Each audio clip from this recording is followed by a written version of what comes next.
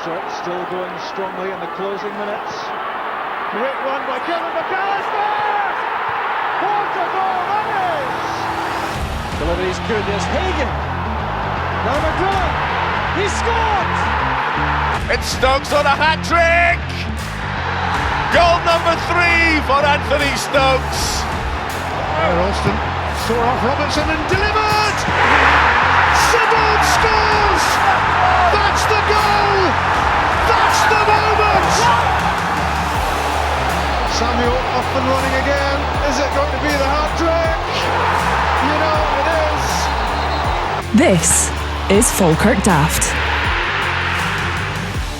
I feel it's like the line from the Blues Brothers film, Ross. It's 3:30, there's 2 games to review, there's 2 games to preview, we've got a competition, and I'm drinking a can of Monster. Let's go, it's Falkirk Daft, everyone. How are you?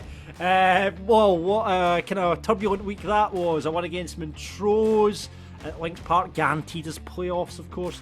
And then at the weekend, Saturday, we'll get into it in a bit, but yeah, just hopefully a draw should be enough to get us second place. I think it will be. We will talk it over on this week's Falkirk Daft as we do the whole double header. And as ever, I'm joined by the Ginger God of Pod, the one-man band in the main stand. It's Mr. Ross Wayne. I hope you've got a can of Monster because it's going to be a belter today, Ross. I've not met Waters as good as it gets this afternoon, so that's what it is. When you wake up at 4:15 in the morning to go and produce a breakfast show, I very rarely drink Monster, but I saw it was on special. I was going to go for a Lucozade, and then I went for that. I didn't realise you have to be over 18 to buy Monster. Didn't know that either. I had to get the old ID check at the old, it's like... the self-service bit, yeah. Red light went off and I had to get it. I was going to say, because there's no way a staff member's judged you to be under 18. Hey. I'll still get away with it. Don't you worry about that. Right, so let's get into it. First of all, I think we've got to say, I can't. I'm not going to say congratulations. Don't say it. No, I'm not going to say it. Because I saw Airdrie tweeting, congratulations on Dunfermline winning the league. Ooh, football friends. Airdrie and Dunfermline. Though I did see a couple of Airdrie supporters just saying, delete this. Yeah. But they've won the league, Ross. It's a fucking bitter pill to swallow. I've got a few points in this, but with 3 games to go and then 13 points ahead and win the league, I don't think it's good enough. Nope. And I think a wee bit the cup final was kind of papering over. But James McKay's side have been organised. They've not played the best of football. I think Dunfermline supporters will even admit that. But they have just been a well-disciplined side. And the fact they were in such a state coming down into this league, he's organised them well. They've got some good players there. Gutted we've missed out on Kyle Benedictus at the start of the season, by the way, because he's been a big difference for Dunfermline this season. But yeah, there they go. They've won the league. Fuck. Yeah, it was lost weeks ago, wasn't it? But yeah, it was. I think we all kind of made our peace with it. They've only lost 1 game, which is as good as it's going to get. I think. Obviously, I'd be shocked if they lost any of their next couple of games that they've got left, but you never know. But one defeat all season's exceptional going, and I think what we lost 6 or something like that. Yeah. In a normal season might have been good enough, but it's not been a normal season. You've had 2 big teams there gunning for it from the start, and we've just not been good enough. So, but we've still got a second chance. We've got the playoffs, which is the focus. I know we're all looking forward to the semi-final and what have you, but the playoffs is far bigger for me. And hopefully it's one that we can get through.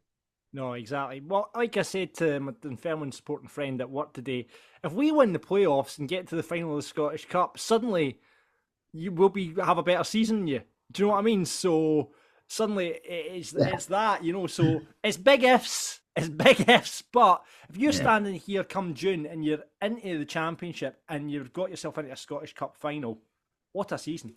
Absolutely. Listen, if it transpires that way, then that's our moment to crow. But until we... I hope it does. See the amount of Dunfermline supporters filling up our timeline. Honestly, just give it a rest. Give it a rest. I know you really enjoy listening to Falkirk Daft, guys, but for fuck's sake, just give it a rest on the timeline. Jesus. I guess it's not as if we were even poking them. I don't think we actually proactively. Well, no, listen, not in previous hunts. attempt, there was I have to say, Mr. Ross Rain. Mr. Ross Rain is the chief Dunfermline poker because in previous times across the season, you have certainly tried to catch a few. Not any time recently. It's been for good reason. It's been months since we actually went fishing. But I remember the last time, and I noticed they've been casting it up. I think back in early February, they went 7 points clear or something like that. And I'm sure we might have had a game in hand or two at the time. And I remember it was the Dunfermline podcast lads who had messaged saying, "I hope you're having a good weekend" type thing. And I'm thinking, that's far too early. Obviously, it's transpired as how he hoped it would and how they all hoped it would. But talk of them being champions in February was just ridiculous. So they deserved a bite back then, but yeah, not so much now. They certainly got their ammunition now. I did see the guys from That's Never 10 Yards copying us into a post from Wagner, not the composer, but the X Factor star singing something. Anyway, I didn't even listen to it. I just moved on. Block, mute. Yeah, that's what I do. Anyway, so they've had their fun. I'm glad you're actually here with us today, Ross, because I thought you'd be on the training ground with Bao, preparing for the Champions League, mate. Yeah. If you haven't seen this, check out our Twitter. We retweeted this. John Harding pointed out to us that our very own Ross Wayne is the spitting image of Bao coach Heiko Vogel. I think that's how you pronounce his name, but it is uncanny, down to the fact even that he is wearing a Stone Island jacket. Now, I thought initially this had been photoshopped onto Heiko Vogel, that someone had taken a picture of Heiko Vogel and photoshopped the Stone Island badge on, but no, it's there for all to see. So this is your brother from another mother, Heiko Vogel. I had at least 15 messages across the evening and into the next again day, even more so from folk from work who are like Rangers and Celtic fans and stuff. Sure, I saw you on TV last night, Ross. So I'll coach Heiko Vogel. Yeah. Well, it kind of kicked off a bit of a trend, Ross, because once we posted this, Brian Flynn, owner of Behind the Wall, a big supporter of Falkirk, of course, he then posted up a picture of Enzo Fernandez, Chelsea striker, who, when you look at it, and you'll see this on our social medias on Twitter right now as well, is a spitting image of Kai Kennedy. Does look very similar, doesn't he? It does. Yeah, that was a really good shout out, as was the Borough one, wasn't it? Well, that's the thing. We then throw out other players in the squad have lookalikes, and someone's posted ludicrous looks like Roman Burrow. I tell you what, Ross, it's ludicrous that Burrow isn't his starting. Exactly. I like what you did there. And and you're right on both counts. But no, that was uncanny. Burrow just needs to tie back the dreads, and they would be exactly the same. Absolutely, get the chains on. So my favourite though has to go. Croft gave us this one. Thanks very much, by the way, to Alan Robertson who posted the ludicrous and Burrow one. But the best one is Crawford Burton on Twitter, who's posted up a big Hendo. Liam Henderson is a spin image of Neil from the In-Betweeners. And I can see that because Hendo's a big guy as well, and you got Neil from the In-Betweeners. So it is class. And the particular picture he used of Neil from the In-Betweeners, it just exactly looks like him, doesn't it? And it's brilliant. So there you go. If you see any lookalikes, or think anyone in our squad looks like another person, let us know, because we'd love to hear it here on Falkirk Daft. So get in touch with your Falkirk lookalikes, celebrity lookalikes, so get that on the go, like our friend over here, Heiko Vogel.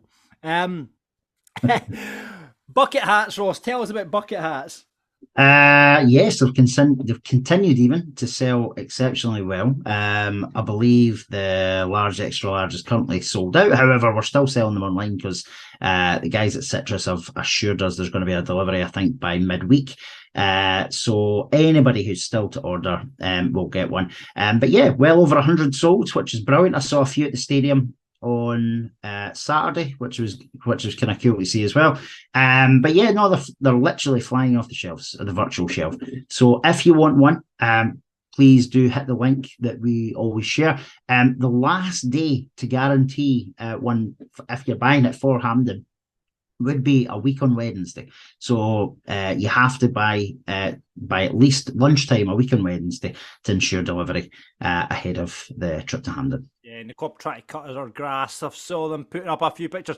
Listen, can I just say as well, obviously, all the monies that we make from the bucket hats is going back into the club next season through we're probably looking at doing player sponsorship or some more sponsorship with the club next season. So take your preference, whether you get the Falkirk official one or one of ours. But get your bucket hats on the link below. Going into talking semi-final, I've got to talk about Inverness's form, by the way. Slightly concerns me, considering they've got 15 points from the last 18. Yeah, they're doing well. I've been keeping my kind of one eye on it. But then, listen, it's a semi-final. It's a one-off at a different stadium. You just never know. We almost need to find their form, and we hope that they kind of have our form on the day. So it's going to, listen, John, it's going to be a tough game. I hope with a win on Tuesday night against Edinburgh, it almost, if not mathematically, it almost kind of gives us that second place in the second game at home, and maybe for the Alloa game we can look to freshen the team up. And if that meant that Alloa finish above Airdrie, then so be it. I think we 8 points, and obviously we'll have 2 games to go. Airdrie will have 3 games to go after that. If we beat Edinburgh, it's big. If we beat Edinburgh on Tuesday night, I actually think that draw at the weekend is probably enough to do us, considering they've got Queens and Dunfermline and their bogey team Edinburgh. But we'll talk about it a bit later on. Air Force One's been in touch with us, said, "Morning folks, if you've already said it, apologies, but if not, can you give a shout out to Grant Henry from Nutmeg Magazine?" That's issue 26 of Nutmeg Magazine, if you want to check that out. He's talking about Chris Waddle's short stint with the Bairns. Chat with Chris about that. Great read, and he quite rightly calls out the abysmal kit that he had to play in, the blue and blue checkered. Yeah, probably one of the worst that Chris Waddle's ever played in, I would imagine. It was one of the worst. I think it's got kind of cult status now. It has now, doesn't it? Yeah. But I tell you what, see if that had just been the dark blue and white rather than the blue on blue, it would have been an absolute all-timer. But I don't know why they went for the blue and the light blue, but the blue, no, if they went for a navy blue and white, it would have been an absolute classic. Well, the rumour was back in the day that it was George Fulston's daughter who had decided on the strip for that season. So why, as you say, why she went with the sky blue and the navy, I'll never know. But the white and the navy would have been a real cool alternative to the Czech Republic's. Croatia, I beg your pardon. Yeah. Their iconic red and white checks. That would have been kind of cool. No, absolutely.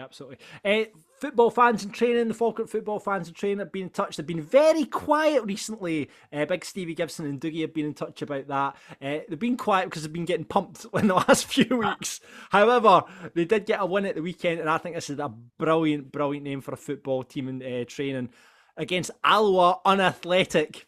By the way, that's pretty clever, isn't it? They won 7-2 there at the weekend. Their next match is against Glasshire United at the community pitch. So get along to that if you can. Dougie also goes on to say they're taking a group to Iceland at the start of the month to take part in the North Atlantic Cup, which is arranged via one of the local teams. So there you go, Falkirk are in Europe. I think, John, I think they've been there, haven't they? Was that not what I'd read online? I saw some pictures of them anyway. Oh, maybe they have. Yeah. Oh, yes. Yeah. There's a turn to. Yeah. Aye. They've been in there. So yeah, I saw some of the pictures. They were checking in at the Edinburgh Airport bar on the morning of whatever match it was. So football fans in training, everyone. Yeah. A greasy Weatherspoon's breakfast and a pint at the airport. Standard. I like that. They're also inviting Falkirk Daft to come down on Monday night to see what the guys get up to. I think this is something we should do, Ross. Take the I'd be up for that. Yeah, we kick about that. You used to do the football fans and training stuff, didn't you?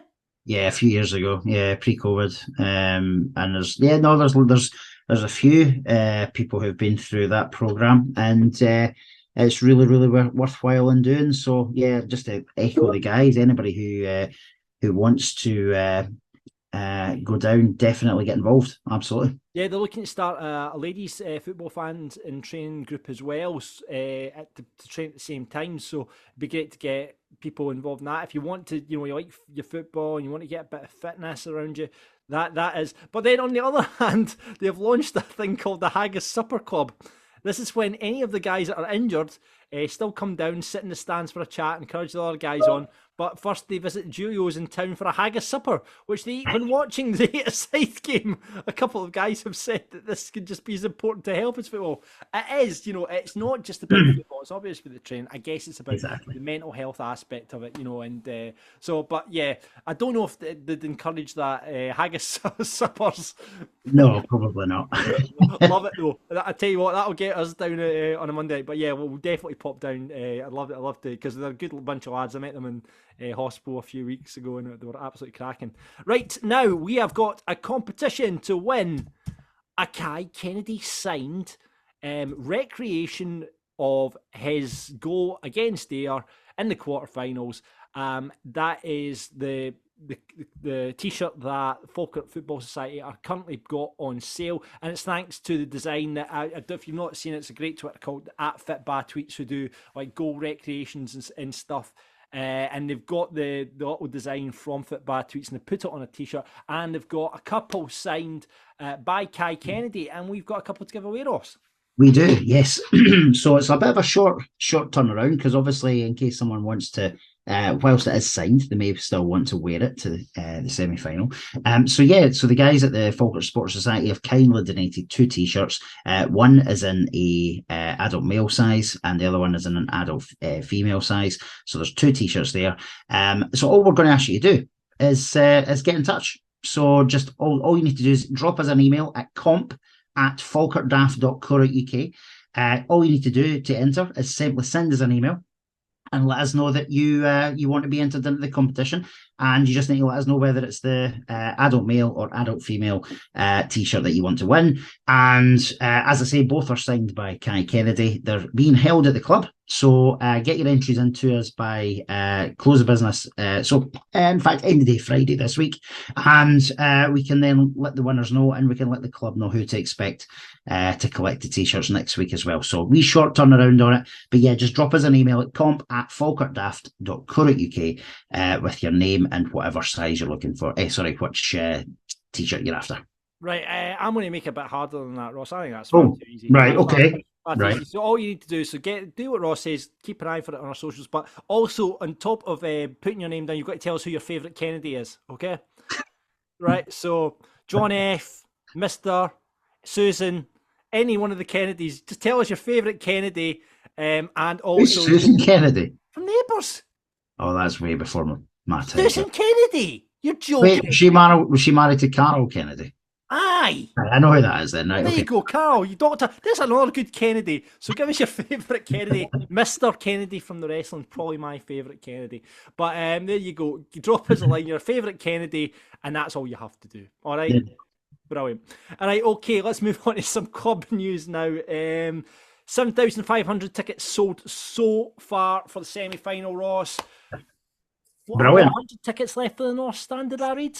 Yes, just over 100 tickets left. Apparently, these were being removed from the online ticket system, but the last I saw, they were still on sale. So, but according to the club, you need to go down to the shop if you want one of the last remaining North Stand tickets. And I'm so pleased that that's practically sold out, if not sold out by the time the game is, because as we said last week, it means that there'll be a huge section of Falkirk fans between the North and the West Stands.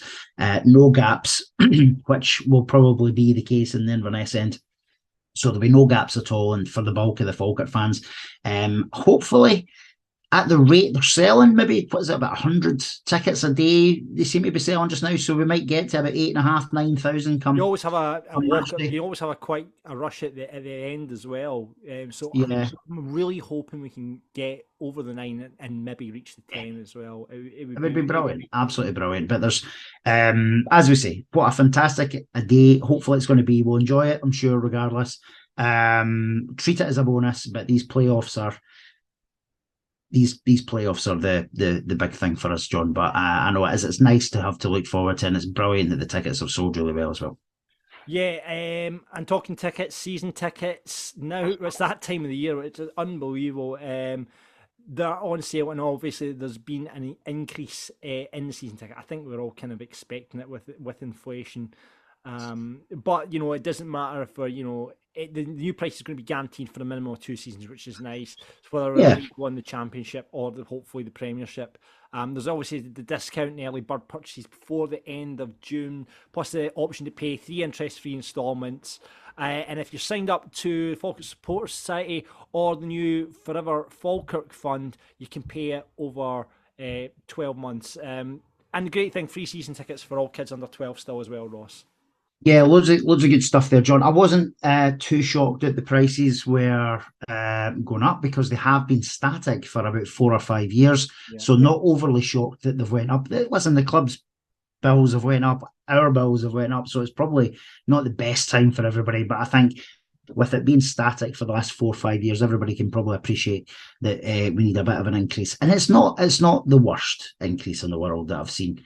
And as you say, there's loads of incentives there for existing support society members. You've got potential new Forever Falkirk donors as well, so to do the monthly instalments.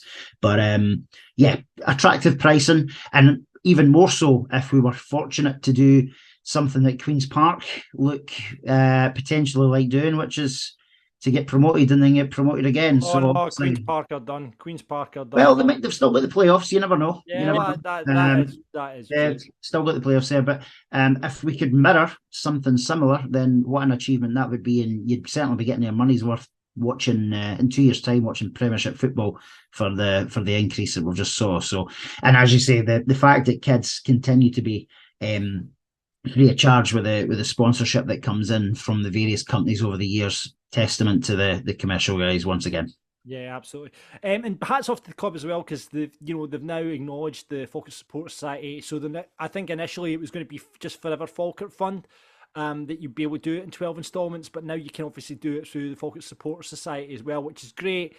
For everyone that's a member. So if you are struggling, you're up against the grind, you've got that option now to pay over 12, in 12 installments across the year, which kind of lessens the burden a bit. So hats off for the club for that. And obviously, if check out all the details on the Forever Falkirk Fund are on the club's website. Moving on, shout out again to the Falkirk women, strolling it again, 4-0 away to St Mirren yesterday. Susan Wyatt with another 2. Can we get her in the men's team, do you think?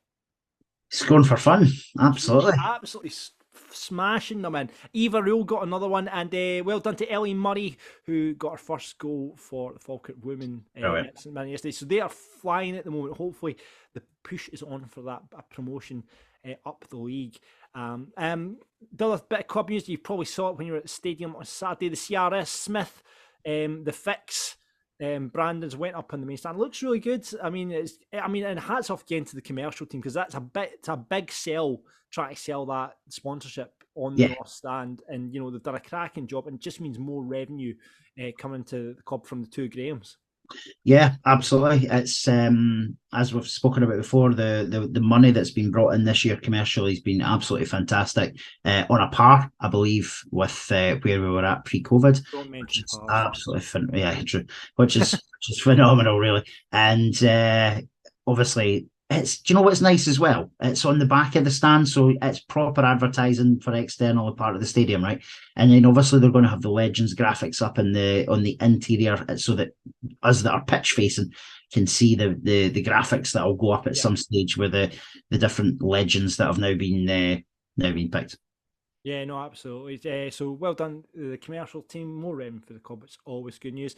And ahead of the Edinburgh game, we'll talk about the Edinburgh game a bit later on. But Benny T's, if you want to see a sign-in, get there on Tuesday night. See if there's anybody hanging about Benny T's, because if you make a purchase for a main meal in the restaurant ahead of the Edinburgh game, you get a free match day ticket. So there you go. Go and have that's a great shout, isn't it? We should go for a wee fish supper at Benny T's. Supper Tuesday. That's the pun at the club. By the way, I do think that's one of the, Alloa Athletics taking hard to beat, but Supper Tuesday is brilliant. So get yourself down to Benny T's ahead of the game on Tuesday. Again, big supporters of the club, and you'll be able to, I like how they say, fish and chips and football, always a winning combination. So Berry Tees, get yourself down there and you get a match ticket if you order a supper ahead of the Edinburgh match. But I love a game. You know, I think I'm almost tempted to do that myself tomorrow night. Get a wee fish supper and then walk down to the game. It'd be quite nice. That'd be all right, wouldn't it? Yeah, that'd be a wee nice idea. Let's get into the football now, however. We've got two big games to talk about, Montrose and Airdrie, and we're going to do that in the company of our guest pundit this week. It's Greg Lockie. How you doing, guys? All right? Thanks, sir. How you doing? Good, mate. Good. You go under Miss Chandler Bonbon on Twitter. Have I just kind of given your superhero alter ego away, have I? Well, that was my original Twitter name when I first took it out, and it's just never changed for the 10, 12 years I've had it. So I just left it. Why Miss Chandler Bonbon? I think it's with friends, mind. It was Miss Chandler Bon. Yes. And then yeah. I've just left it, and I've just put Bon instead of Bon. So Okay, well, obviously a regular contributor to Falkirk Daft, so appreciate that, Greg, and thanks for coming on the show. Two games Pleasure. to talk about then, guys. Last Tuesday, we'll kind of whiz through the Montrose game. Great to get a result up at Links Park. Montrose 1, Falkirk 2. Kai Kennedy back on form with 2 goals. One a header. Yes, you heard that. A header. And the other one, a delicious free kick. Ross, you were there. What do you make of it? Do you know, it was just amazing that we won up at Montrose, to be honest, because we've not got the best record up there. And the weather was absolutely atrocious. I think that's the wettest I've ever been at a football game, to be honest. And just to get through the 90 minutes, obviously we made it tough, as we always do the last 10 minutes. But the weather played a huge part. As soon as the ball left our half, it was coming right back with the gale force winds. So just really chuffed that we got the win, to be honest. Yeah, Greg, sticking with the diamond in midfield there, obviously, as well. Hendo, Jordan Allen and Kennedy came into the side in replacement of McGinn, Oliver and Morrison. How do you think the diamond worked with Allen up front with Burrow? See, I think Alan, he ran his socks off in that game, but I just think for Burrell up front, I think he needs to play off some days. That's like, say, Oliver. I mean, I know Oliver gets a lot of stick, but I think with that diamond, I think they're the two that need to play. I think Oliver needs to play, whereas maybe if Alan was to play off Oliver and he was to do the running in behind, that might work as well, because I don't know if that's how they worked at Clyde when he played in a 2 and he scored a lot of goals for Clyde. But the first half, we looked really well, comfortable, could have been 3 or 4 up. I think Burrell missed a chance right at the end as well with the first half. And then, as Ross said, the second half, even when you're watching it, the ball was coming back, they were getting free kicks. It wasn't even look like they were even taking a swing to kick the ball, and it was heading right towards the 6-yard line. And then the usual way, about 6-7 minutes ago, we concede a goal, and you're sitting like on your edge, you're going, oh, here we go again. But luckily we held on, and we got the 3 points for the first time in Montrose for a while. So yeah. I mean, we'll talk about Kai Kennedy's goals in just a minute, but that goal at the end there, it's been reflective of what we've seen over the last season. You know, we just can't seem to shut out a game. We saw it again on Saturday. We saw it against Dunfermline. What do you put that down to, Roscoe? We seem to just switch off, John, don't we? I don't know what it is. Is it the defensive hearing? Like, I know we got a message off one of our good mates yesterday, and he was talking about the fact that our best, statistically, our best defensive pairing is actually Donaldson and Henderson. And obviously, since Henderson's move into midfield, we've seen big positives in the midfield area. But actually, we're not on a great run with the defensive areas. And also, as much I like Big Kinnear, but he seems to have a mistake at least once a game in him. And is there an opportunity for PJ Morrison to maybe stake a claim for a game on Tuesday night? Yeah, it is. We'll get into. I'm interested. We'll talk about this stat once we come to the Airdrie game, because there's some really interesting stuff in there which we've got sent. But 2-1. Kai Kennedy. We talked about formation and we talked about Allen and Burrell playing up front. How do you think Kai did in that kind of free role that we saw Morrison take up against Dunfermline, Greg? He done quite well. Obviously, he's got into the box a lot more, and he's got an end of that cross. And as you say, Kennedy getting a headed goal. It was like Messi in that Champions League final that he scored against Man United, up leaping like a salmon and putting it in. And then his free kick, he can hit from distance, and I think he said in his interview after the Ayr game that he's been told by his dad to start having more shots, and you can see when he gets the dead ball, he's good at it. But I still think his best position's out in that left with Morrison to the other side and coming in, but again, a lot of teams are picking up on that now, and they're putting more people on each side to stop us. So I think that the change that McGlynn's doing against Dunfermline and then Montrose has caught a lot of people off guard, and I think that's potentially how he might go ahead into the sort of bigger games. He's maybe just like going to just stick with the one up front, because then we've more or less win tomorrow and we've probably secured second. So it's just about maybe trying things, but he's always going to stick to his usual formation. But we'll see what happens. But yeah, I think Kennedy was good there, but I think he is better where he can cut in and maybe have a few shots at goal. Yeah, it was a great free kick, and I was talking on Saturday. We've got a lot of good free kick takers on that side now. When you look at Kennedy, Morrison, Donaldson can hit one. Max looks like he can hit one as well. So it's something we've not really seen at Falkirk for a while, but we've scored quite a few free kicks this season. So it's good stuff to see. Highlight of the night though, Ross, a new song for Brad McKay. Yeah, there was. Yeah, so fair play. Do you know? I'll call it out. Fair play to absolutely every single person that went up. 220 Falkirk fans officially, apparently. One of the coldest, wettest nights, as I said, and the banter from probably more so the younger element of the crowd that was up there. But yeah, Brad McKay is to the tune of the Death March from Star Wars. So Brad McKay, and on repeat. And listen, I was on my head all the way home, all day Wednesday, and then I managed to forget about it until Saturday, and then somebody started singing it, and I was like, "What is happening here?" I think it actually, you told me about this on Saturday, and I think it's actually my favourite Falkirk chant ever. I'm a massive Star Wars fan, so it's like, I love that. So I will be up for singing that if it does happen. And I think we've got to give Big Brad some credit though, because the start of the season he was absolutely hopeless at right back. He was played there, and again last season he was poor as well. But I would probably say he'll probably be the first defender on the team sheet now, because he's been great since he's come back in. It's Cole that's been a bit ropey the past few games, but again, is that maybe just a confidence thing that he needs back? I would probably say it's from the Dunfermline game has been. Yeah. It's interesting you say that. I noticed I just felt there was a lack of confidence from Cole. But he kind of grew into himself on Saturday. But we'll talk about that in a minute. More banter from Ryan Williamson as well, I believe, Ross. Yeah, as well. As I know, we've been we've enjoyed the banter about Ryan Williamson this year, but actually, so he was warming up behind the goals on Tuesday night, and we're obviously 2-0 up at this point, and the young team started singing "Ryan, what's the score?" He didn't flinch either. He didn't even flinch. Fair play. No. So yeah, I mean, that was us cementing the playoff place, which is great to see, and it means at least we're in the playoffs definitely come the end of the season, and not have that worry anymore. But moving on then to Saturday, and I think a lot of the team sheet kind of hit everyone, and everyone was like, "What?" This Diamond worked. Well, Diamond kind of worked. We played well against it. It's 2 silly mistakes against Dunfermline. The Diamond seemed to work. We seemed to have, after that kind of run of, bad run, it seemed to work. And then you got the team sheet out on Saturday, and he's went back to the 4-3-3.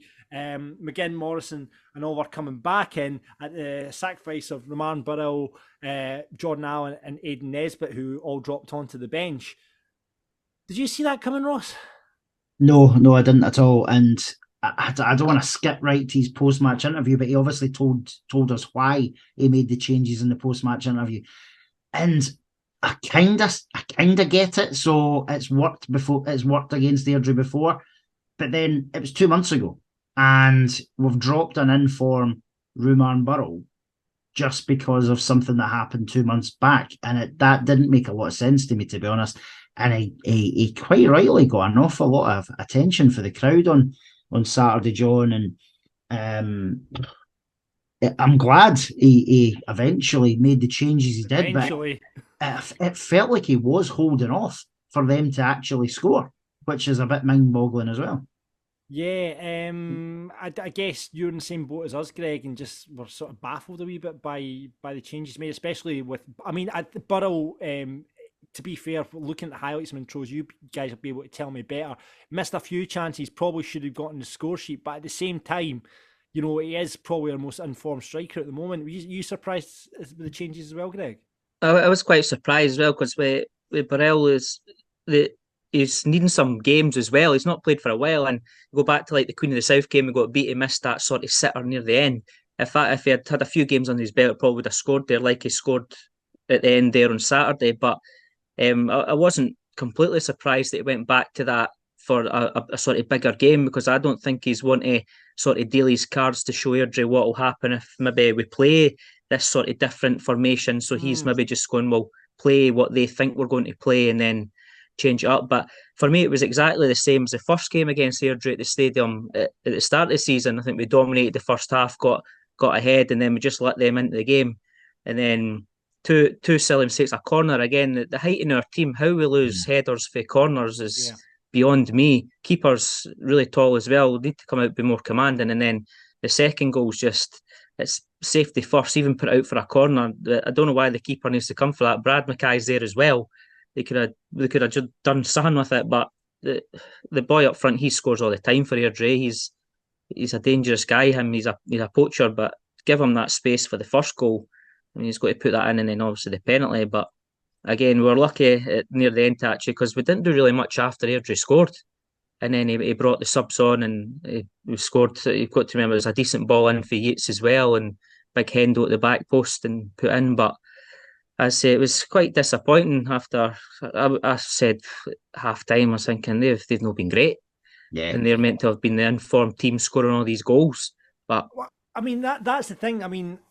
You looked at actually. I was very surprised. I thought more would have come from Airdrie as well. There was only kind of two sections of the stand, North Stand full. Yeah. I mean, and it was a big game. The Elliott's flag was even out on Saturday. It was a big game, and for the amount of stick and everything I've seen from Airdrie supporters, they must just still be hiding behind their keyboards because I didn't think there was a great Airdrie support, especially they've been in such fine form at the moment. And seeing when Airdrie, I was expecting, especially in that first half, I was expecting a hell of a lot more considering the run they've been on.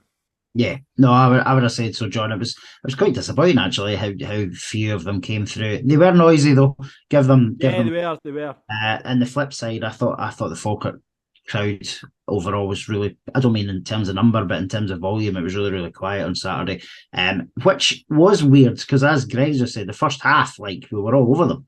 Like we were the team in the first half, and it was just so quiet. But Airdrie, I thought we obviously the game plan worked to an extent because they never looked like scoring 7 or 8 goals like they have been in recent weeks. So I suppose we need to think that's not that we should be fear of Airdrie ever, and I don't mean that in a big-headed way, but it's League One, it's Airdrie, and I'd be the same if we're talking about Dunfermline. These are teams that we should be capable of beating. Certainly. And no worrying about them. Do you know what I mean? So yeah, I mean, we came out, we played well in that first half. Like you say, it was a half of very few chances, but when we got our chance, we obviously took it. Great work from Morrison on the right. That was, I mean, Morrison again. He's been very quiet the last kind of month and a half, but I mean, you know, he got well down that right. Good shot. You know, parried by the keeper. Now, Oliver, I thought initially it was a shot, but I don't know. I think it was maybe a pass to Kennedy. I don't know if it was or not. He certainly hasn't been credited with an assist when I looked at the BBC stats, Gary Oliver. But Kai Kennedy, great composure. You know, just saunters around the defender, puts it in the back of the net.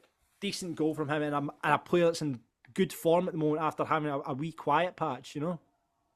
Yeah, I think the way Oliver's body's set, it looks as if he's going to pass, but you don't know. It's a good goal at the end of the day, but Kennedy's got a good record against Airdrie as well, which is quite promising. You're going back to saying about the fans there, probably if we get Airdrie in the playoffs, I wouldn't be surprised if we fill that stand that we usually get, and probably they might have to open the stand behind the goal. I say we'll probably take a good backing through there. Absolutely. Even if we were to as well win the semi before that as well, the town's going to be absolutely like bouncing. Everybody will be through into these playoffs, the stadium will be ready for it. So, but even if we don't get through, I think I've noticed the start of the season, there's a lot better feeling around the club right now as well. The family feeling's back as well. You see a lot more kids coming to games. All the wee kids in the stand at the weekends, they're the ones that are shouting and that when it's quiet. It's good to see the kids coming back again, because the last few seasons it's just been a shambles. And now we're getting the sort of next generation coming through, which is good, and the team are kind of showing it on the park. But to get a trip to Hampden as well for the youngsters as well will be good, and that'll maybe set them off. It could. The trip to Hampden will also breed an element of new fan as well, Greg, because if you think back to 97 or 2009 or 2015, these kind of games do bring out new fans, because they'll, like, a kid will come along with their family, or a lapsed fan will come back and they might keep going again. But you're right, the playoffs are a different beast, and the fans will be up for it. The stadium will be full. Whoever we play away from home, it'll be absolutely rammed. Do you know, there could be a potential ticket issue, probably not so much Airdrie, but if you were to play Alloa, you get maybe 1,200-1,300 tickets. That's a ticket scramble and a half there. Yeah, no, absolutely. But yeah, first half, Airdrie, not a lot of chances for them. Steve McGinn had a shot there at the end, but there was an earlier chance as well. Steve McGinn, I don't understand why he doesn't shoot more, because we obviously know he's got it in his locker, but there was a chance, when he tried to slide it out to the right rather than taking a shot at goal. And I mean, like I say, it was very few chances, but I really wish we had scored from Gary Oliver blatantly. I don't know if you saw this, Greg, blatantly handballed it out onto the left wing. It was,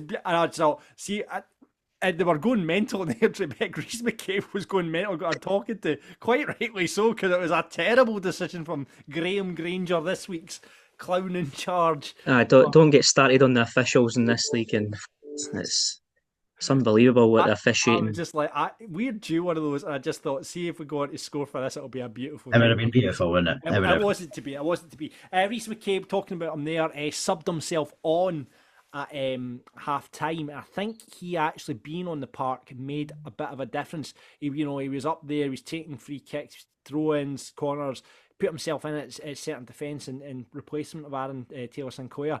I think he really put a bit of a galvanised Airdrie in that second half by being on the park. I thought at first this could go one way or the other, and it seemed to go in a more positive way. I know the Airdrie supporters aren't a fan of when he puts himself on the park, but it certainly galvanised the team, because they came out, and they worked out the game plan.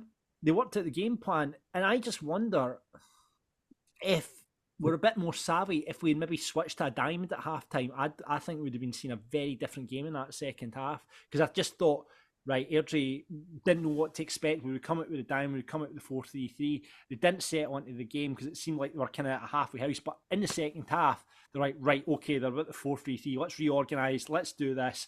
And obviously, McCabe coming onto the park, and it just 2 goals. Again.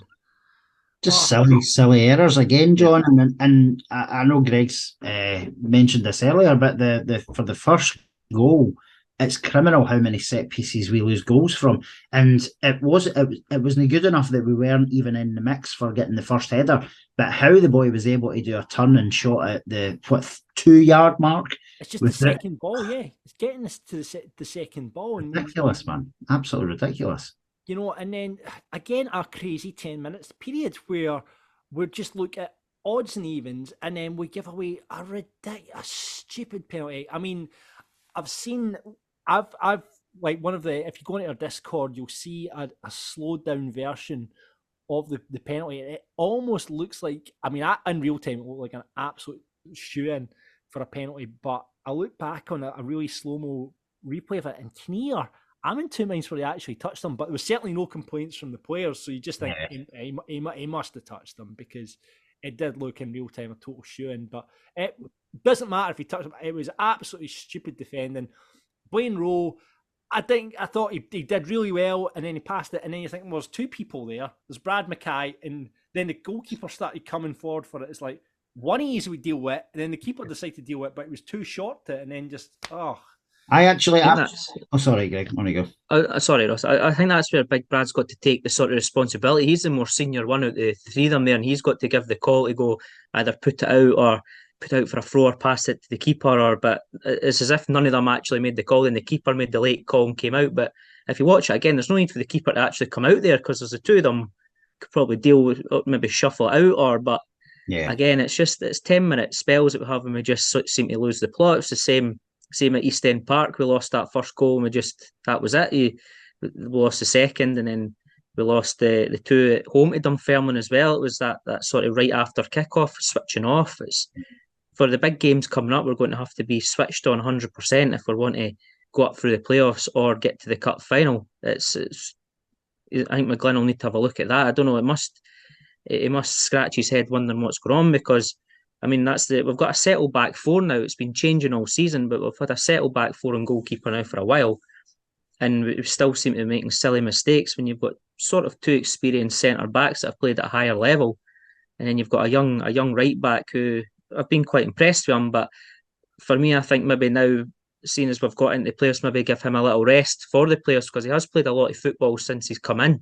I know he's just a young boy, but he maybe just needs that rest just for his mind, and then back to it for the end of the season. But that might come sort of if we win Tuesday. Then we've got Alloa and Peterhead left. He'll probably rest a few players come then, because like same like McGinn, you can tell he's tired over the season. He's a completely different player to what he was at the start of the season. And McGlynn keeps coming out saying, start the season, absolute Rolls Royce player. Yeah, but as we keep saying, he's just had a young kid, and I honestly am putting his form changed as soon as he had the kid, and I honestly think the lack of sleep and all that plays into that. I'm convinced. I am convinced about that, because I know what it's like being a young dad. But for me now, I'd be taking maybe like getting McGinn out the team for a couple of weeks now, because apparently was it his hamstring was affecting his knee, or his knee was affecting his hamstring, or something like that. Just give him a rest now. Give him the time to go and get some rest in that, because there's no really any need for him now. We've got Max in the middle. We've got Hendo. We've got Yeats that could come. We've got the players in the midfield now that can play. Probably Nesbitt could probably drop back into that role as well, because you need his energy in there. I think he was a big miss on Saturday as well, the energy of him running about. I know a lot of people don't rate him either, but for what I've heard, he runs about 10k a game. He's always running about, and if you actually watch him, he's always running. And I think he would be good, I think, with Oliver and Burrell up front. He could probably be the one that opens it up as well and plays the ball through, because he's got that in his game. But I just don't think he gets let to roam, because I think at the start of last season, for what I remember, he was playing in that sort of 10 role in behind the striker, and he was really good. But I think he's been put out wide. But to be fair, he's done well this season with his assists. But he was definitely the missed on Saturday with his energy. I think the middle of the park with Max and Hendo, you can't blame the two of them. Played quite well, but we were missing something in the middle of the park there. Certainly, when you're going 2-1 down at that point, and it took till 70th minute for us to change that. I mean, I think a lot of people there was a lot of dissension in the stands. I think off the back of the personnel change and the formation change, and there was a lot of dissension and shouting for him to change it. And I've not heard that this season. That's the first time I've really heard that this season. There was a lot of murmurings in the stand, and you can guess why, because we've seen this movie so many times over the last couple of weeks of us switching off. But yeah, obviously the subs come on.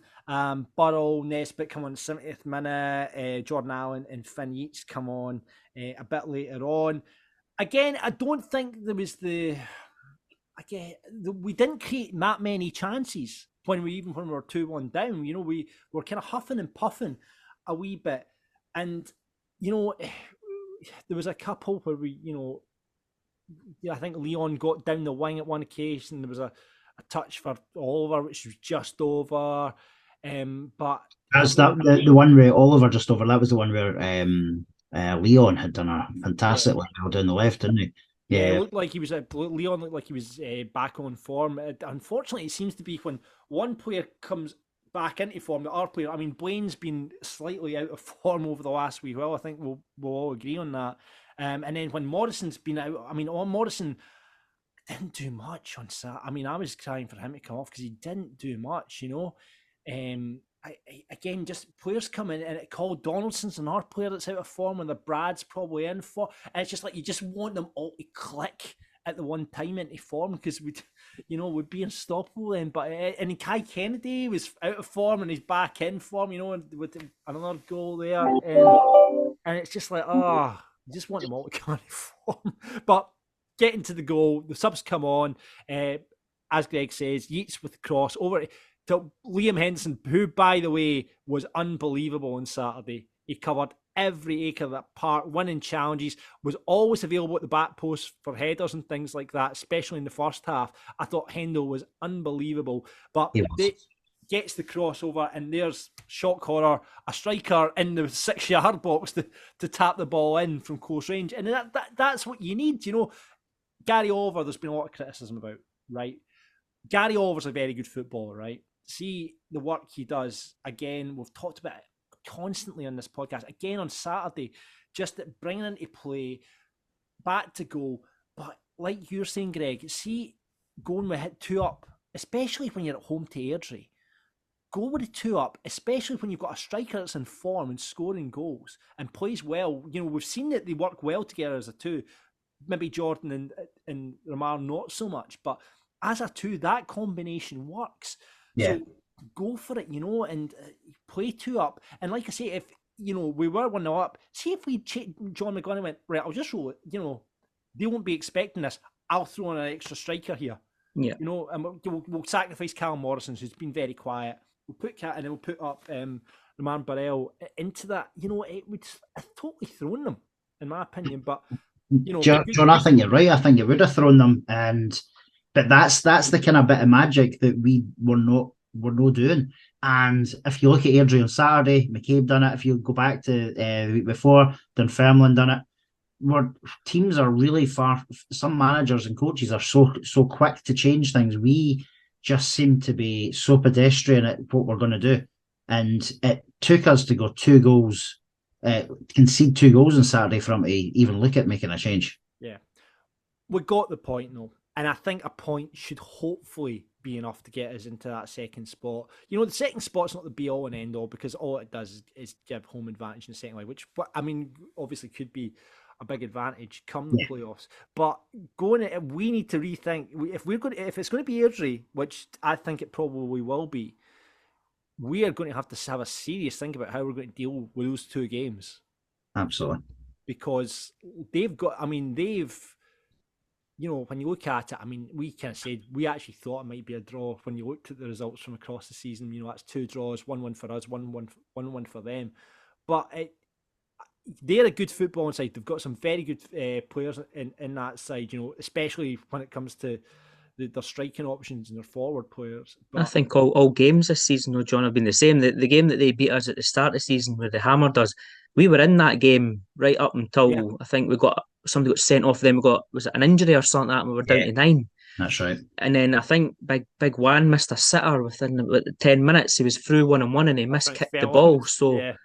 And then obviously they went on and scored. And then the game that we played at Airdrie and we won, we could have scored about 6 or 7 in that game. It was, I think every game's been sort of similar. The 2 games at the stadium have been exactly the same. Yeah. And I fully expect that to be the same over the 2 legs again. I think both managers will go tight and just hope that it'll go sort of who blinks first. But hopefully McGlynn's sort of knowledge in that against a younger manager. But again, he seems to sort of struggle a little bit against the younger managers. Younger managers seem to have put this sort of little bit more imagination in, and it seems to sort of spur their teams on, where he just sort of does his usual changes in that. But we can't blame him. Look what he's done this season. That it's been, considering we lost 16 games last season, we've lost 6 this season. Yeah. The guy's worked miracles with what he's got, but it's just a wee bit more imagination that if he puts it in, I think we could. But again, was he doing that on Saturday, not giving his hand away for the playoffs, thinking we're playing Airdrie? If we show the diamond now, will they switch on and they'll plan for the diamond? Because probably Airdrie will plan, and I would not be surprised if we've got Airdrie the first leg away, he'll play with 1 up front, with Oliver up front again. He'll start that, and then it'll be the second leg will be when he'll go for the. But what you don't want to do is he does that and we're out of sight. We're into the second leg. That's the problem. Yeah, exactly. And Greg, you almost intimated there to the post-match interview. Does Lewis not say something like, "You've changed from the diamond to the back to the usual"? And then John went, "Ah, well, I was can I keep it a secret or something?" He said something like that, didn't he? And well, let's hear from John McGowan right now as Lewis caught up with him after the game. John, 2-2. Give us your thoughts. Yeah, I thought first half we were very good. I think we deserved to be one up, possibly maybe more. Airdrie had created nothing really. We only had to defend one corner kick just on the stroke of half time. And so we were in, started the game well, in control, passed the ball fairly well. Good goal in transition, a really good goal. Gary Oliver finding Callum breaking forward, strike at goal, comes off the goalkeeper. And initially Gary was there and it's managed to fall for Kai and showed good composure to score. And I thought we merited being ahead at half time, and as I say, maybe possibly more. But we've not started the second half. Credit to Airdrie, they did really well. They've stepped things up. We've not reacted. Airdrie are a team that have been free flowing and scoring loads of goals, and so you would never have seen that in the first half. So we had to expect Airdrie to pick things up from their point of view, and we've got to be ready for that. And we've had other games like this where we've done well in the first half, and come out the second half, and not quite been the same. Whether we think that the game's just going to pan out like that, we said at half time. You've got to realise that that's not their best shot. So if they come out and do something, we've got to be ready and prepared for it. And it looked like we weren't. As much as the goals have come from a corner kick, which we're really disappointed about. To lose a goal to that type of thing is disappointing from our point of view defensively. And then we make an error, which results in a penalty kick. So, a bit disappointed the way that we've started the second half. A little bit disappointed to the initial reaction to going 2-1 down. But delighted because it's a very important goal, a really important goal to keep the 5-point gap. It's massive, and we showed that bit of resilience towards the end of the game to come back and get a point from from what looked like it was going to be a defeat. And that's the thing, it's psychologically important as well, because realistically there's a very high chance that Falkirk and Airdrie may well meet in the playoff campaign. Yeah, I think we've been expecting that to be the case for a wee while now. So we're expecting to play Airdrie in the playoffs. It's important that we finish in second place. The home advantage in the second game is going to be so important, and that's our, that was our target today. That was our aim, to try and get that, make it 8 points.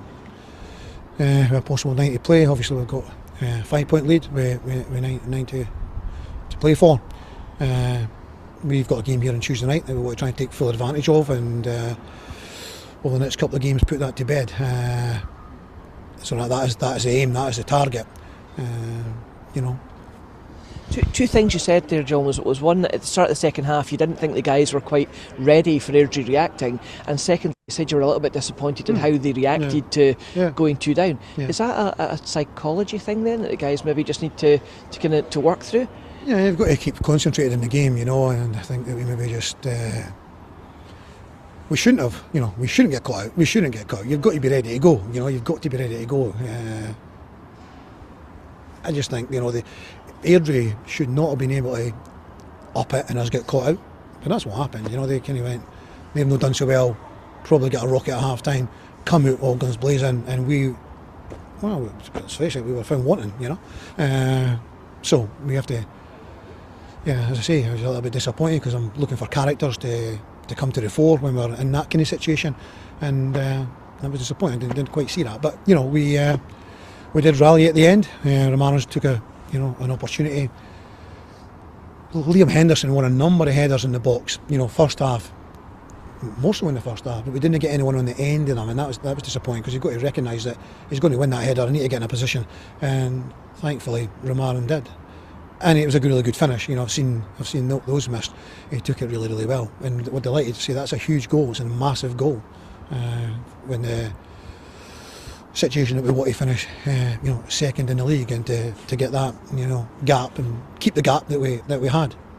we jokingly asked Romarin if after 2 goals and 2 home games would he be knocking your door this week, and he said he was too polite for that. But joking aside, does he play his way back into your thoughts? Well, Romarin's always got in your thoughts. You know, he did well against Dunfermline, he did well against Montrose. You know, we picked a team here that was very, very, very close to the team that beat Airdrie. You know, there was only one change, and the way we played that day led us to think that we could play that way here. We didn't quite do that, but every day's a school day. Every day's a school day, and we learn from every game. Played a little bit more of the interview out than we normally do, because I was just interested to hear his thoughts on the kind of Lewis. But in fairness, Lewis asked some really good questions there in terms of the psychology and everything that was involved in asking about Romarin, because it's all the questions that we wanted to ask ourselves. You know, it's like, why drop Romarin when he's in form? You know, when he talks about played well against Montrose, played well against Dunfermline, why drop him then? Exactly. I don't understand. I think the only thing that sort of was a bit confused about the interviews when he was going, I know it's a laughing thing, but every day's a school day. At this time of the season, we shouldn't be thinking that every day's a school day. He should know exactly what's happening here, because he shouldn't be. Obviously, started sort of, for me, he started this. He's changed the formation. It was working well that game against Dunfermline, but for me, it's too late.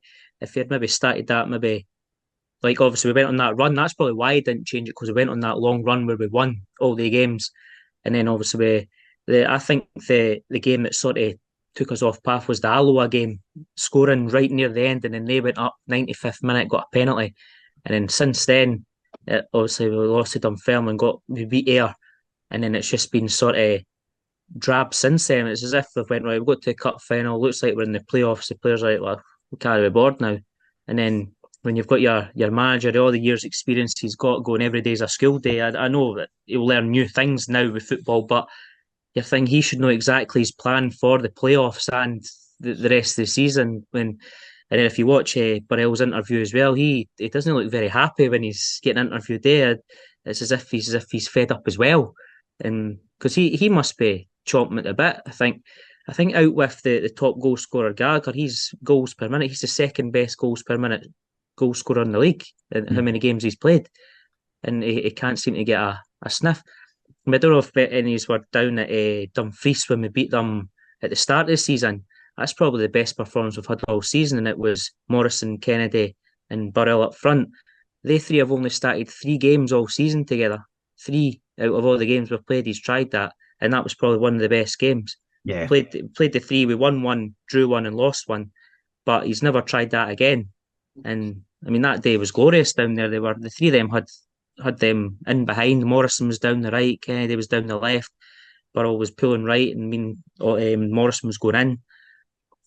Burrell must be pulling his hair out that he can't get a game. And for me, if it keeps up that, I can't see him staying next season. He'll probably go somewhere where he'll get game time, I would say, which is a shame.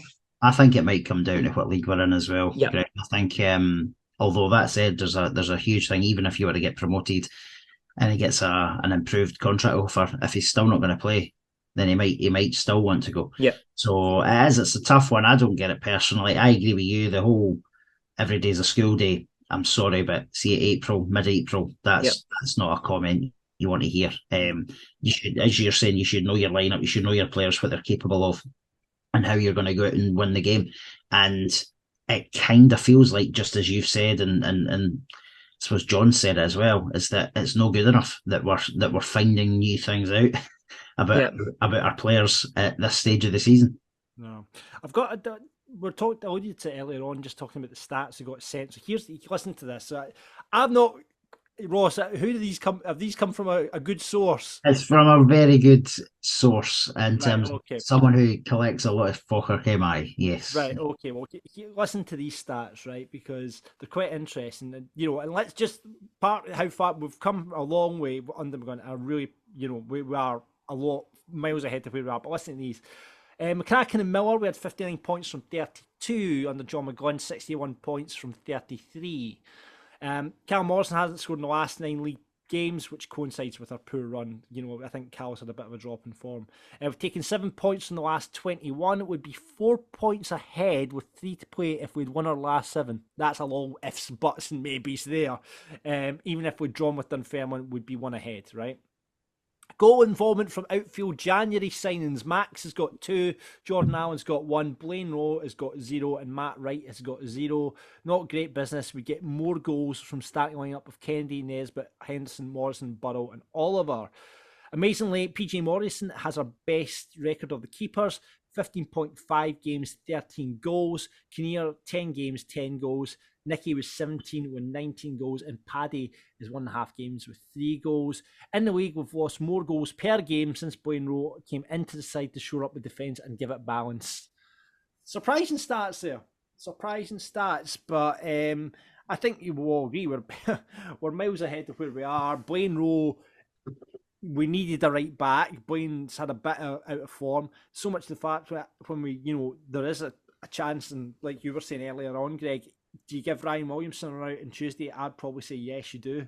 Yeah, I think teams are targeting our right back area. I think they can see. I mean, Blaine's a really good player, but you can see he's sort of just needing that wee sort of maybe just a wee breather, and then just refreshed for the sort of end games of the season.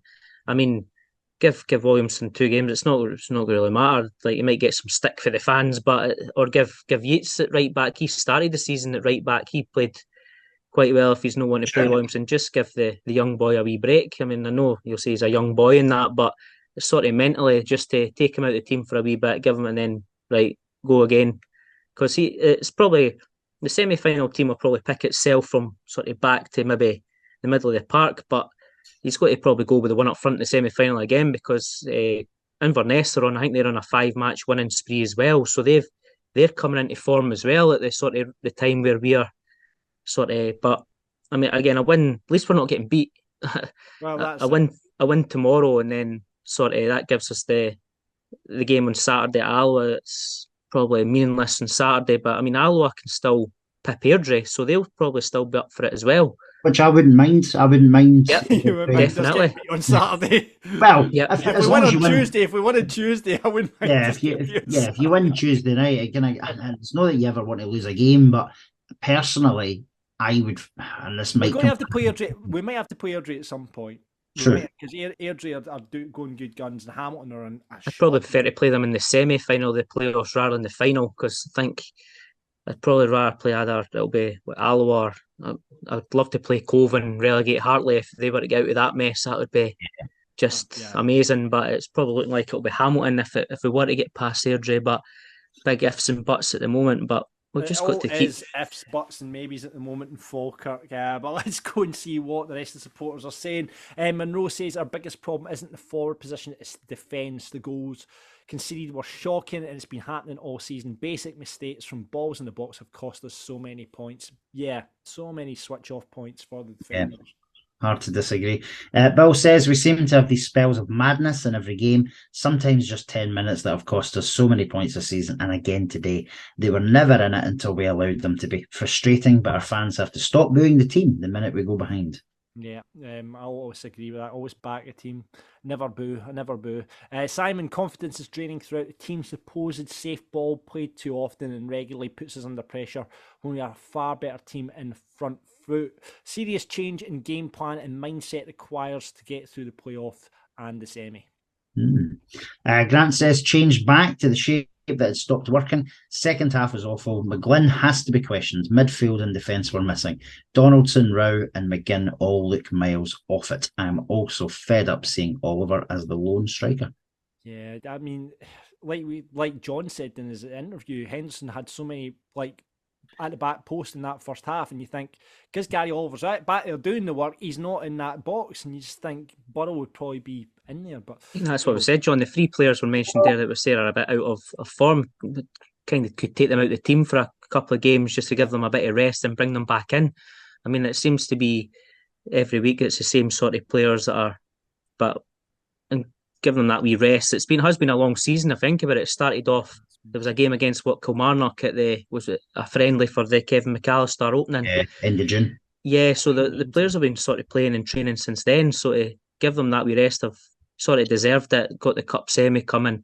I mean, we're all doom and gloom, but if you had said to us at the start of the season we'd been a semi-final with the Scottish Cup and we'd be sitting second, looking to go into the playoffs, you would have bitten the hand off. So I think we've just got to be pleased with what we've seen this season, and then But Aye. we're Falkirk supporters, Greg. We're Falkirk Exactly. supporters. I know. We've got to moan.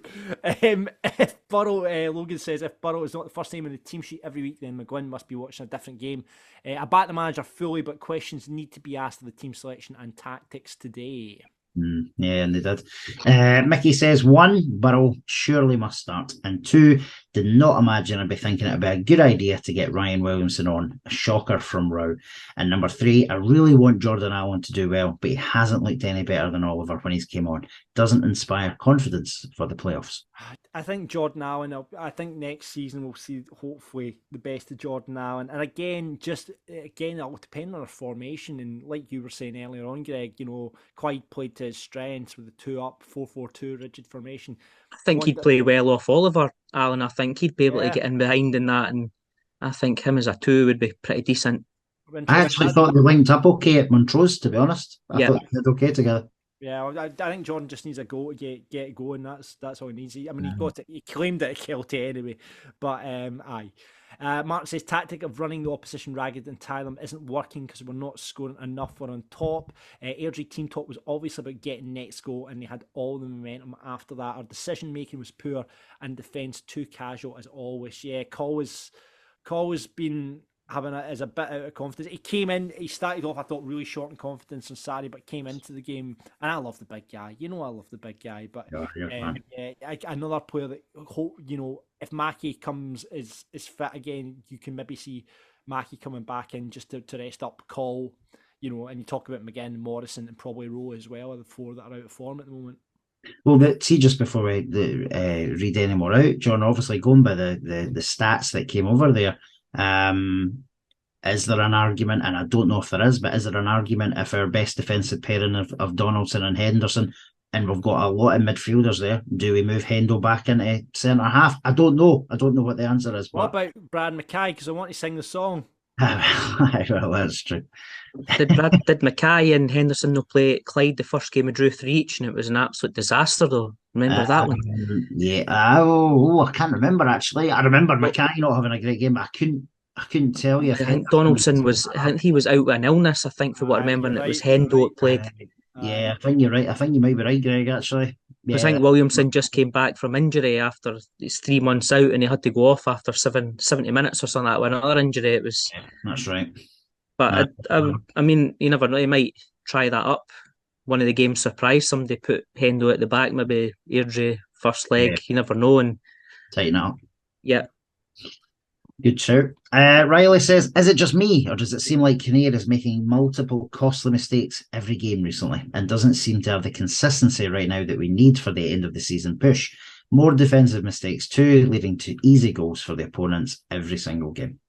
And let's finish off with Robert. He says, I'm going to spin it positively. Today was a kick in the nuts for Airdrie, and we absolutely bodied them in February.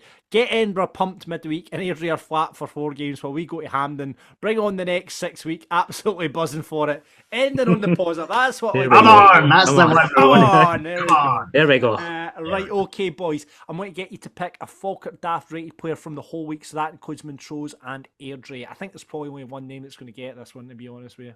Ross. I'm going to go Big Hendo. Hendo? I thought you Kai Kennedy with 3 goals in 2 games. No, I'm going to go with Hendo actually, because I thought he did brilliantly on Saturday, and I don't think we would have been in the game offensively without him. And he did very well midweek too. So no, for me, I'm going to go with Hendo, but absolute special mention to Kai Kennedy. Good, brilliant couple of games. Greg. Kennedy would have been for me. I think he's 2 in midweek and then 1 there. He seems to be getting his form back when it is coming back in at the right time. So hopefully the rest of them can get back in at the same time for the push. So I've got this. For me, it's either Kennedy or Hendo. I wasn't at Montrose, however, so I'm going to give it to Hendo because I thought the big man was all over the place. I mean, obviously, man of the match, the sponsors gave it to Kai Kennedy there at the weekend, but I thought Hendo was magnificent on Saturday, and obviously got the assist for the goal. So big man gets just an odd for me because I wasn't at Montrose. Sorry, Kai. And that, the fact Kai Kennedy scored with a header, he really should just get that on merit alone. So yeah, that's Falkirk Daft rated. Here we go then, Falkirk Dafty for the week. Ross. Do you know it's a tough one? I'm not really having anyone in my head from Tuesday night, to be honest. But from Saturday, going back to what Greg was saying earlier on, I think Brad McKay, song aside, it's a good song he's got, but the decision not to clear that ball on Saturday was huge. So on that alone, if I'm being honest, I'm going to give it to Brad McKay. All right, Greg. Yeah, I agree with Rossi. I think he's the experienced person out the three of them there, and he should have taken the reins and just told them what to do. Usually the keeper takes the shout, but he should have been taking control of that situation and just told them the ball's going out. So for McKay, for me as well. Well, I'm going to say the keeper was at fault for the penalty. So it's like a whodunit. So I'm going to give it to Big Brian for the Falkirk Daft of the week. So there we go. Right, okay then. Thank you very much for coming on, Greg. Really appreciate your time. Thanks for coming on. Thanks very much, guys. Doing a great job. Keep it up. Thanks very much. Thank you. And if you want later. to be just like Greg and be a guest pundit, you can do that. Check out the links below or drop us a DM on Twitter, Facebook, or email us. Falkirk at Falkirk. I don't know what to say to this. Keep talking about this part, don't you, Jim? Ross John, falkirkdaft.co.uk. Drop us an email, all right. This is Falkirk Daft. Right, we're tight on time today, so let's quickly look ahead to the games we've got coming up this week. Double header, starting off Tuesday night against Edinburgh, then finishing up on Saturday away to Alloa. Edinburgh, what do you go with, Ross? What changes do you make? I do think we need to freshen up. I think we need to revert back to what the winning formula or better formula has been in recent weeks. So for me, that's a formation change and 100% Burrell starting the game. And it's hard because you don't want to put Burrell into this superstar corner because he's not, right? But he's been very, very, very effective when he's played this year. And it's crazy that he's not the first name on the offensive lineup just now. So for me, him starting is a big thing. Do you know the young? I think we do need to freshen it up a little bit. I don't know if I'd make too many changes. Keeper would be a change for me. I think Morrison should come back in on the basis that there's a numerous tallying up of mistakes by Kinnear in the last 5-6 weeks. So I would give PJ Morrison, and obviously I know you've mentioned the other Williamson coming back in for Row, which may well happen too. Yeah, I think a few changes made. Edinburgh really in poor form. They've really dropped out. I think the heads have gone down there. They started off so well. Only 2 points from the last 5 compared to our. We've been unbeaten in 5, but that's 7 points in 5 for us over the last few games. Edinburgh look like they're not going to get the playoffs now with the resurgence of Queen of the South there as well, and Alloa have come into decent form as well. So yeah, Donald Johnson, our resident Stato, has been in touch. He says FC Edinburgh's last 6 results are 1-0, drawn 2, lost 4, and they've only scored 3 goals. Surely we will beat them convincingly, at least 3-0. Right, Donald? Fingers crossed on that one. What are you thinking, Ross? Any win will do, if I'm being honest, John. Obviously, the history tells you that we probably should score a few goals, but I would take any win just to almost seal it, if not mathematically, probably. And because we obviously got Alloa, and then what's the last game? Peterhead, and you would think Peterhead will probably be relegated by the looks of things by that last game of the season. So yeah, so for me, any win will do. I'll take a 1-0. What about you? I think I think we'll beat them 2-0. I think we get the win tomorrow. That's second in the bag, and absolutely. So fingers crossed. We'll see you down at the stadium tomorrow night, and then it's on to Alloa away. I won't be making it because I'm going up a hill on Saturday. Ross, you heading on to Alloa? Do you know I'm not actually for first Alloa game I'm going to miss? No, I've got a prior engagement down in Liverpool. I'm going to the Liverpool Nottingham Forest game. So I forgot that. This is obviously, as we know, my dad's a big Forest fan, and I've been looking forward to seeing them finally in a Premier League game. So that is coming at the sacrifice of Alloa away, but it's looking like Alloa's away on Saturday hopefully is not as meaningful as it may otherwise have been. So it'll be a tough game. Alloa has been quite a tough opponent in fact, all season. or that first game at the stadium. You know how Brian Rice will set out against us. Yeah. He's got a big, physical, strong team that Alloa are. Connor Salmon obviously leading the line up there, but they've got good players over the park as well. Particularly been impressed by Ross McIver and Luke Donnelly there. We'll see how we do against them, but we know what to expect. We're going to have a big physical game against them. We did all right the last time. Obviously, that last-minute penalty really gave us the game away there. But it's going to be a tough game. But as you say, if we win on Tuesday night, it's a free hit for me. It's a free hit. It will be if we can win. If we can win Tuesday night, it is a free hit, and we may see him even making a few more changes. So guys like McGuffey and Yeats might get a game. Mackie, if he's fit, might get some game time as well. Lowell, again, if Lowell's maybe close to some sort of fitness, might get some minutes as well. Yeah, Airdrie, I think, are at Dunfermline or Dunfermline. They are, yes. Dunfermline and Alloa obviously has. So it should be interesting. There's 2 points between Alloa and Airdrie. I think we're going to have to face Airdrie at some point anyway, because I think whoever finishes in fourth will probably have enough to beat second bottom of the championship. I think at this point, but you never know. It's all ifs, buts, and maybes. That's the name of this week's show, I think. But we'll see how we go. But fingers crossed, win tomorrow night, free hit against Alloa. What do you think the score will be? I think it depends on tomorrow night's game. I think it's too close to if Tuesday night doesn't go as planned, then it probably does then mean our strongest lineup will face Alloa. So I don't know. Even if we make changes, I'm going to say it's not like me to not say a win, but I think it might be a draw on Saturday. I'm going to go one each. I'll second that. I think we'll get a draw, get the win tomorrow night, get a draw on Saturday, and up for second. So let's take that. We'll see you at the stadium tomorrow night. This is Falkirk Daft. And that is it for this week's Falkirk Daft. It's been a belter of an episode. Remember, we've got a competition. Check out the links below for that, for the Kai Kennedy signed t-shirt, courtesy of Falkirk Football Society. And thanks again for the picture from Fitbat Tweets. Remember, check out the YouTube version. See our beautiful faces, including Heiko Vocal, who's been a guest appearance on this week's show. Thank you, Heiko, for joining us. You follow us on Twitter, Facebook, or Instagram at Falkirk Daft. Merch.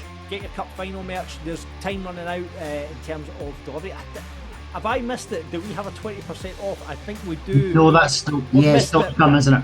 No, I think the 20% off still to come. 20% off still to come. Keep your eyes, because it's coming really, really soon. Keep your eyes on the channel so you can we'll have that on really, really soon. And obviously you can get your bucket hats. Go mad for the bucket. I bought one. I succumbed to peer pressure and I bought one, so I'll have one. My 10-year-old daughter said, "Dad, you really don't suit that." So there you go. Helped by a 10-year-old. So but I'll have it on for the cup sale, don't worry though. And if you want to discuss everything to do with the podcast, Falkirk's got a great new Discord channel on the go as well. All the links for that are below. And of course, if you want to sponsor the show, like we had, thanks again to Haldane Construction last week. But you can do that. Drop us an email as well. Ads. I make some that sales at falkirkdaft.co.uk. Sales at falkirkdaft.co.uk. Right, Edinburgh next, Alloa after that. Hopefully we'll be back here with second place in our hands next Monday. But until then, expect the unexpected, buddy. Always.